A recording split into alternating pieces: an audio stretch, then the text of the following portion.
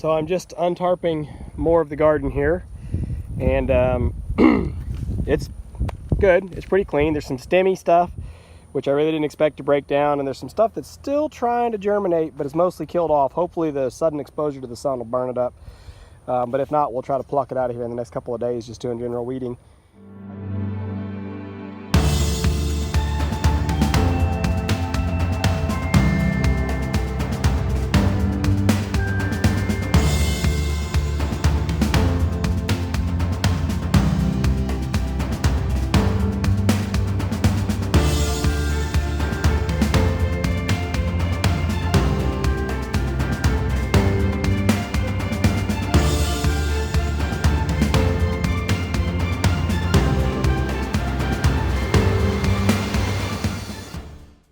I did uncover some monster fire ant mounds. I've chopped this one down to try to, run them off and discourage them.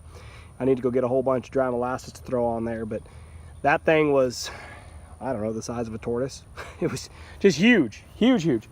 Anyway, I've left that part covered just for now, just in case I don't get to it today. But what we're going, I was just gonna tell you what I'm working on today. I've gone through my peppers and tomatoes. It looks like I lost at least one tomato plant, maybe two. The other one, the second one looks like it might pull through, but we'll see. The first one might come back from the roots, I don't know. But I went through between every single one, I put in cucumber. Now last year I planted, I think like 6 cucumber hills, and we were absolutely overrun with cucumbers. So this year I put in, for seeds, if you say every seed that I planted between every other plant, I put 2 seeds per hole. So this year I put in, like, let's just say 40 hills. I don't even know how many it was, but I just used the whole packet of seed, whatever. If it's too many, oh well. I'd rather have too much than not enough, and I don't like having like a half pack of seed laying around. I don't know, it just kind of bothers me. But I went through, got that put in, and now I'm staking out for bush beans, just snap bush beans, blue lake beans. Last year I planted blue lake beans, and they grew up bushy, they looked great, they bloomed, and just never set any fruit at all. I think I picked 1 green bean out of all of them, and I don't know if I was too late in the year or what.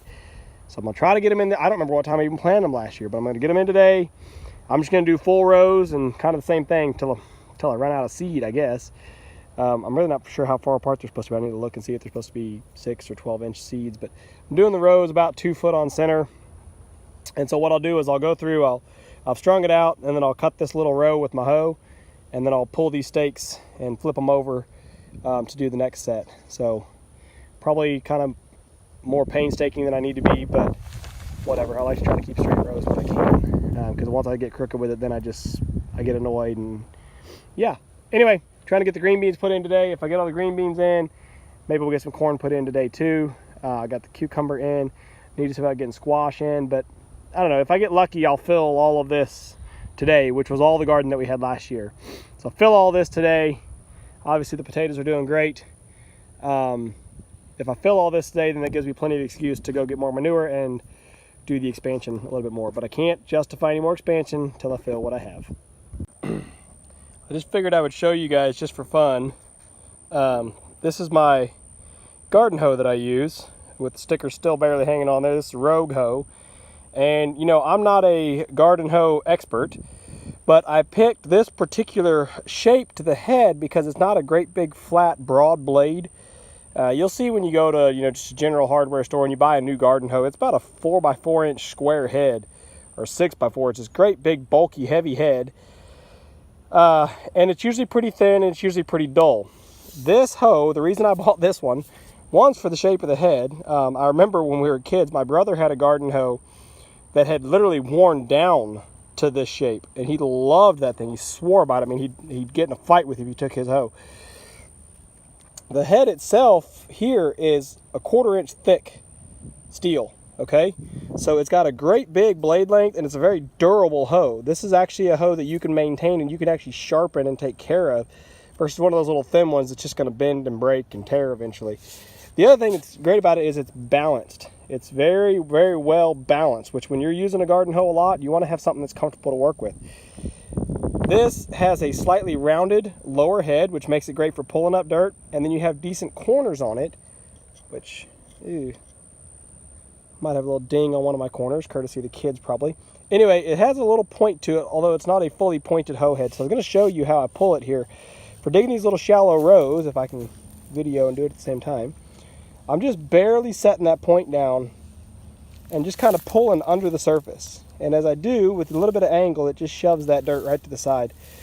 You can't really hardly do that with a great big, again, with a great big, what I'll just call a cheapy hoe. You really can't pull with this sort of finesse. I've got an actual triangle-headed, what I would just call a pointy hoe, laying around the ground that I used to use for cutting rows, but it's pretty bulky. So anyway, I just wanted to show you this. I'm not a salesman for Rogue Hoe. I don't know, maybe I'll get lucky and they'll send me a free one or something. That'd be okay. But I've been really happy with this garden hoe. Am I a commercial gardener that uses one every day? Absolutely not. But I did my research and I sought this one out because of, you know, just my experience that I've had. And I think, honestly, what did I pay? $32. Look at that sticker still on. That's how little I've used the thing. $32 for it a year ago. Well worth it. Absolutely well worth it to have a comfortable, balanced, heavy-duty garden hoe. So we're still moving forward, planting our green beans here. I've got 2 rows put in and covered up. I'm just doing 2 rows at a time. I have no idea how many rows I want to do. I'm a little skeptical to plant too much and have them not grow well like they did last year, but I also want to plant plenty so that if they do grow well, I have lots. So I don't know, maybe I'll put in maybe 6 rows.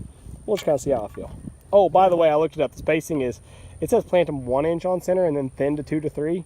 I think I said 6 to 12 inches between plants earlier, so no, not that. I'm just direct seeding about 2 to 3 inches. I'm not going to seed 1 inch on center and then pull a bunch out. That's just wasteful. I'll take my chances. I'll seed at 2 to 3 and take my chances that some won't sprout.